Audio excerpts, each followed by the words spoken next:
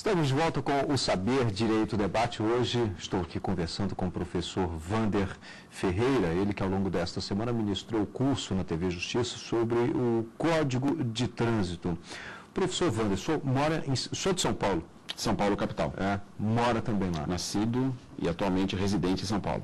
O senhor não entra às vezes num conflito assim entre participar daquele trânsito de São Paulo que todos, pelo menos pela televisão, já conhece, e de repente andar pelas ruas tendo esse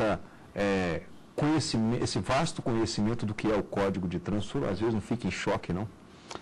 São Paulo realmente é um desafio, o desenho da cidade e a complexidade da vida urbana realmente é um desafio para os gestores, para os administradores, para quem vive naquela cidade, mas não há outra saída. Nós temos que ter normas claras, temos que ter obediência a essas regras, caso contrário, essa complexidade ela se torna um caos.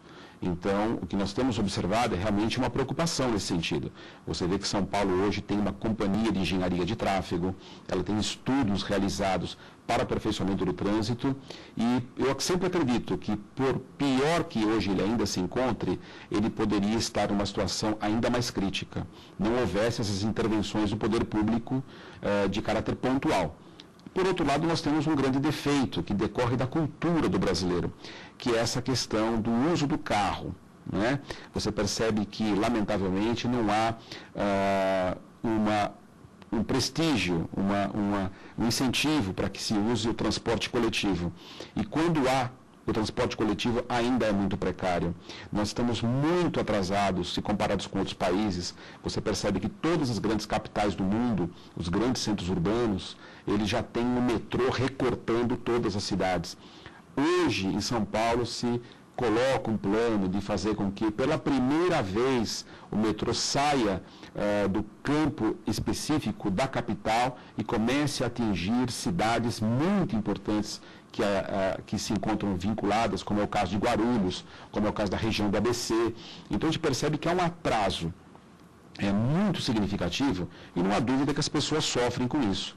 Por outro lado, quando uma nova estação de metrô ela é criada, você percebe o impacto positivo que isso cria, o dinamismo que se cria, e realmente eu tenho visualizado, tenho percebido, porque temos presenciado na capital o lançamento, a inauguração de várias unidades do metropolitano.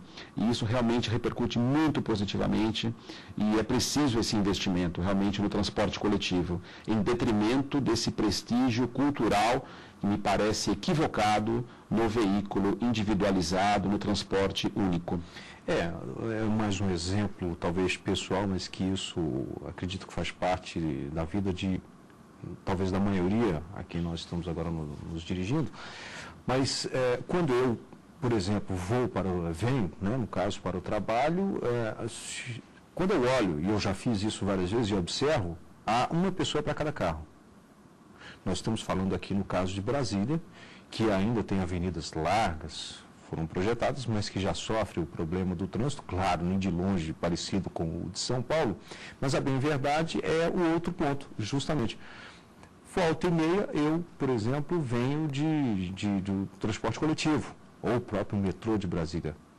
Mas aí a gente bate nessa tecla, não atende às expectativas. E entre o conforto, o ar-condicionado do carro, aquela boa acomodação, chegar e sair na hora que exatamente a gente está pensando, é uma coisa. Mas talvez se o transporte público tivesse essa atenção especial, talvez aí mais 30% pelo menos, já solucionaria boa parte dos problemas, não?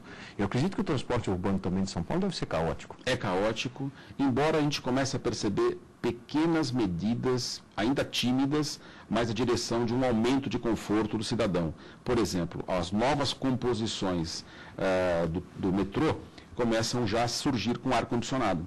Então, é um dado. mas que reflete uma preocupação. Aparentemente, há uma preocupação com essa questão. E também a própria estrutura dos trens é uma estrutura moderna. Quer dizer, nesse ponto, o Brasil realmente é elogiável. A qualidade do transporte, enquanto estrutura, eu me refiro ao metrô de São Paulo, ao metrô em geral, em todo o país, você observa essa questão. Por outro lado, a cobertura é muito pequena. Você percebe que a quilometragem que hoje é coberta pelos trens ou mesmo qualquer outro tipo de transporte coletivo ainda é extremamente reduzida. E você tem aí medidas de pouco impacto, né? Como a criação dos bilhetes. Se você comparar o bilhete único, que é um avanço, não sei se você tem algo semelhante aqui. Em São Paulo, a pessoa pode fazer uso de um bilhete durante 2 horas, e durante essas 2 horas ele pode percorrer o trem, o ônibus, enfim, mais de um ônibus. Mas isso é muito pouco se comparado ao modelo europeu. Eu morei em Portugal durante 2 anos. Em toda a Europa, você tem um modelo muito eficiente. Eu estou falando de 20 anos atrás, onde você compra um bilhete, compra um cartão e você usa aquilo mensalmente. E você pode utilizar quantos transportes diversificados quiser. Você pode usar o barco, você pode usar o trem, você pode usar o bonde, você pode usar o ônibus quantas vezes quiser. Lógico, você vai pagar um pouquinho mais. Se você quiser andar só de ônibus, você paga um valor. Se você quer andar de ônibus e barco, você paga um valor maior. Enfim, mas é possível você ter um atendimento. Então, me parece que a Europa, o velho continente, já tem muito a nos ensinar nesse respeito. Já que a pessoa tem o crédito, a força um pouco a utilizar aquele meio de transporte, digamos, aqui público. Agora, nessa questão ainda, sobre o tempo, o senhor disse 2 horas em São Paulo, né? Mas eu acredito que 2 horas a pessoa não chega nem ao destino, chega. Olha, São Paulo já vai perder a validade, né? Você tem que saber. Ah, com certeza, entendi o que você quer dizer. No sentido, que lá em São Paulo existem os corredores. Então, através dos corredores, você cria um canal de circulação dos transportes, especialmente dos ônibus, de modo a viabilizar uma maior velocidade. Ocorre que, com o passar do tempo, o próprio corredor começa a ser um entrave, pelo volume de ônibus que também são ali, também ali colocado. Mas cada medida que se coloca, você percebe que começa a se apresentar como paliativo e acaba não dando uma resposta efetiva. Me parece que nós precisamos de uma profunda reengenharia na questão do trânsito, isso passando pelo prestígio e pelo estímulo ao transporte coletivo, um fortíssimo incentivo à utilização de metrô, e para isso realmente tem que ter muito mais acesso a esse tipo de transporte, enfim, e uma restrição maior ao uso do transporte individualizado. Como você falou, essa questão, eu também percebi isso em Brasília, também percebi isso em São Paulo, falta também muita solidariedade, ou seja, pessoas que trabalham próximas ainda não têm a cultura de fazer com que exista esse compartilhamento. Outro dia eu conversava com um professor da Universidade de São Paulo e ele me dizia: olha, Wander, acabei de voltar da Alemanha e é uma coisa estranha que acontece lá, porque você não vê isso no Brasil. Você chega em qualquer praça de alimentação, de qualquer shopping center na Alemanha, as pessoas não se conhecem, mas todas compartilham uma mesma mesa. Aqui no Brasil, a nossa cultura é outra. Você está sozinho num shopping center, você quer dominar um conjunto de mesas e de cadeiras, de modo a evitar que alguém possa compartilhar, e se alguém se aventura a pedir pelo compartilhamento, parece que ele está sendo um agressor, um invasor, um estrangeiro. Enfim, nós temos um pouquinho de fobia de convivência, em que pese sermos um país hospitaleiro, temos uma tradição de amizade. É um paradoxo da nossa cultura, mas é algo que o direito deve também contribuir, não em caráter punitivo, mas especialmente no caráter pedagógico, no caráter de ensinar a convivência. Veja que a nossa Constituição Federal, ela orienta para o pluralismo, orienta no sentido da tolerância, e é esse aprendizado que, me parece, nós temos que ter nas escolas. Relativamente ao trânsito, veja que o Código de Trânsito, ele enuncia como princípio fundamental a questão da educação no trânsito. No entanto, eu fiz uma crítica aqui ao longo das nossas aulas, que até hoje nós não temos na grade curricular, nem do ensino fundamental, nem do ensino médio, noções de trânsito. Como querer que uma criança, que um adolescente se posicionem quando adultos, quando poderão dirigir, com a devida educação de trânsito, se eles não tiveram essa educação formalizada pela escola. Então, me parece que o Ministério da Educação, que os órgãos que são responsáveis por essa tarefa, eles têm um débito, eles têm uma dívida para com a sociedade, especialmente no tocante a essa questão. Me parece que a Constituição Federal, quando sinalizou na direção da educação ambiental, teve uma receptividade muito maior nas escolas. No entanto, quando você fala em trânsito, você não pode esquecer que você também está tratando de uma questão de meio ambiente. Não de meio ambiente natural, não estamos falando de florestas, não estamos falando de águas, não estamos falando de rios, estamos falando de meio ambiente artificial, estamos falando das cidades, da vida na cidade. E, naturalmente, as normas de trânsito, antes de tudo e antes de qualquer coisa, são normas de meio ambiente, são normas de direito ambiental.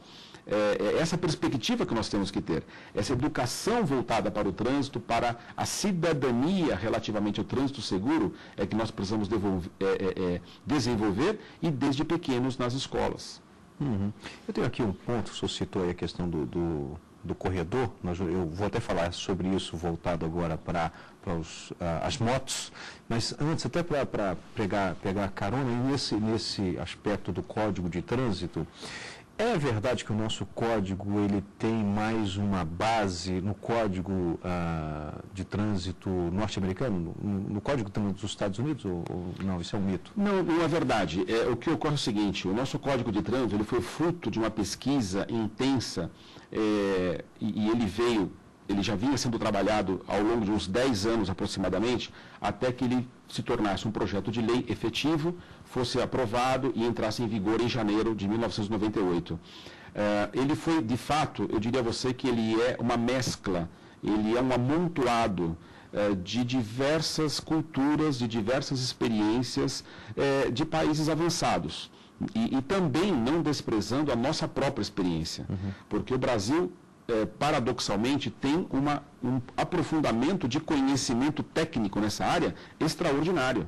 Nós temos excelentes engenheiros de trânsito, temos excelentes condições de aplicar esse conhecimento. O que nós temos percebido é que os próprios órgãos responsáveis, eles têm se valido de algumas ações. Por exemplo, Semana do Trânsito, Semana de Prevenção do Trânsito. Você entra no site do CONTRAN, você entra no site dos DENATRANS, você percebe exatamente isso, que existe culturas e ações louváveis, boas iniciativas, mas elas acabam, na minha ótica, não sendo assimiladas, na medida que não existe uma uniformização de interferência no processo educacional. Hoje, na universidade, eu trabalho com 2 cursos, em verdade, porque eu sou diretor de área na Universidade Municipal de São Caetano do Sul, eu respondo pela gestão do curso de Direito, mas eu também sou responsável pelo curso de Pedagogia. Então, eu dialogo muito com os profissionais da área de educação. E nós temos percebido que as grandes mudanças sociais só podem existir se nós realmente fizermos investimentos na criança, no adolescente, e a partir daí você passa a ter... Você vai me dizer, mas como é que fica o adulto que já está lá? Bom, primeiro que ele já está sendo, a partir de uma intensa fiscalização rigorosa, sendo punido pelo bem ou pelo mal. Agora, veja, que me parece que a melhor forma de mudança de comportamento é você ter um jovem do seu lado, uma criança do seu lado, um adolescente do seu lado, chamando a sua atenção. Nesse aspecto eu acho que a criança é formador de opinião. Não é verdade? Imagina, por exemplo, o Código de Trânsito, a título de exemplo, ele pune como infração administrativa quem jogue objetos pela janela, quem lance objetos pela janela. Quer dizer, nesse tocante, é muito provável que as crianças já tenham sido educadas nesse respeito. Eu já tenho visto crianças chamarem a atenção de uma ou outra pessoa ou apontarem aquele dado como sendo negativo. Olha, que coisa feia, a pessoa jogou alguma coisa pela janela. E existe uma sanção difusa. O que eu chamo de sanção difusa? O fato de você olhar feio para alguém que fez um gesto como esse, balançar a cabeça, não tenha dúvida que isso começa a trazer uma nova forma de agir, um novo comportamento e outras medidas mais efetivas. São Paulo foi muito feliz nessa direção. Veja que a capital de São Paulo hoje tem uma lei chamada, vulgarmente conhecida como Lei Cidade Limpa. Através da Lei Cidade Limpa, é proibido panfletar nos semáforos, é proibido fazer divulgação de qualquer ordem, entre outras proibições, relativamente ao outdoor, que não é o caso aqui sendo discutido. Mas, quando você não tem como alimentar o motorista com papéis, etc., você de alguma forma começa a inviabilizar também esse lado. Por outro lado, não podemos também esquecer que o brasileiro é muito criativo. Veja, a própria Constituição Federal, ela incentiva a liberdade de imprensa. Você, como profissional da área, sabe muito bem disso. Sim. De tal modo que a gente tem percebido que alguns publicitários, a pretexto de fazer a divulgação de prédios, de lançamentos, muitas vezes eles fazem um artifício que é criar um jornal, um pseudo-jornal, para, na verdade, até coloca lá editor-chefe, coloca todas as configurações de um jornal, mas, na verdade, esse jornal tem uma única página. E essa única página é a propaganda de um edifício. Ou seja, ele não pode fazer a panfletagem, mas ele se vale do direito de imprensa, do direito de informação, que é de índole constitucional, para tentar panfletar. Mas a gente percebe que, ainda que dessa forma, houve uma reeducação. A gente não percebe tanta gente fazendo uso dessa forma lamentável, né, de agir, que é de jogar coisas nas ruas. Veja que esse é o principal problema das enchentes. Quando eu falei que o trânsito está intimamente associado com o direito ambiental, nós não podemos esquecer isso, porque à medida que você joga uma pequena latinha, um papel, um jornal, enfim, você está contribuindo, não é isso, para uma intensificação da sujeira das cidades, para as complexas situações que temos vivenciado de enchentes, de calamidades públicas, que poderiam ser evitadas com a educação.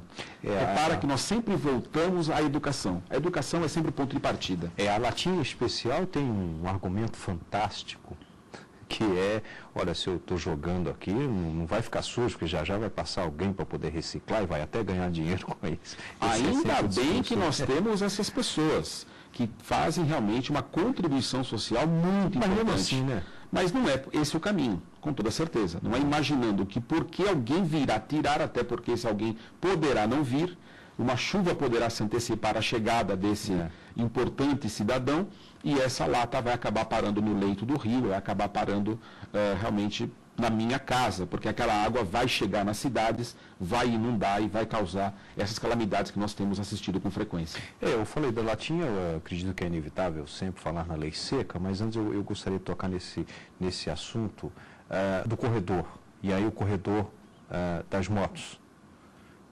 É uma situação bastante delicada e que ainda o país ou pelo menos o Estado ainda não tomou um posicionamento, e de fato é bastante polêmico, porque entra até questões culturais. Às vezes, quando nós nos deparamos com um motociclista à nossa frente ocupando um espaço e olhamos para o lado, não tem espaço algum, parece que alguém fica querendo empurrar aquele motociclista. Mas à medida que outros estão passando também no corredor, incomoda aquele motorista. O que o senhor defende de estratégia hoje para solucionar esse problema? Porque muito também se fala, é bem verdade que São Paulo já é um caso de ter um corredor, em alguns locais, evidentemente, para motos. Mas nem todos os lugares vão conseguir, né? Não será possível fazer esse corredor especialmente para moto, assim como especialmente para o ônibus. Você apontou uma questão importante, porque você tem tido um aumento muito significativo de motociclistas nas ruas. Alguns municípios, eles têm estrutura e condições e viabilidade de criar corredor de motocicletas compatível com as vias de transporte de veículos, compatível com os corredores de ônibus e, eventualmente, compatíveis com ciclovias. Ou seja, onde isso é possível, nós orientamos para que possa se ter. Por outro lado, há estruturas que já estão no seu limite. Existem avenidas, estradas que não comportam esse tipo de inserção, de desenho arquitetônico. Nesse sentido, a medida que tem que ser colocada é um estudo concreto daquela realidade. Veja, por exemplo, algumas grandes avenidas em São Paulo, eu sou testemunha disso porque faço uso delas com uso corrente, eu percebi que houve uma melhora significativa na medida em que, em determinados horários, foi proibido o transporte de caminhões, o deslocamento de caminhões. E os caminhões, naqueles horários, fica vedado o seu uso, em outros horários passa a ser permitido.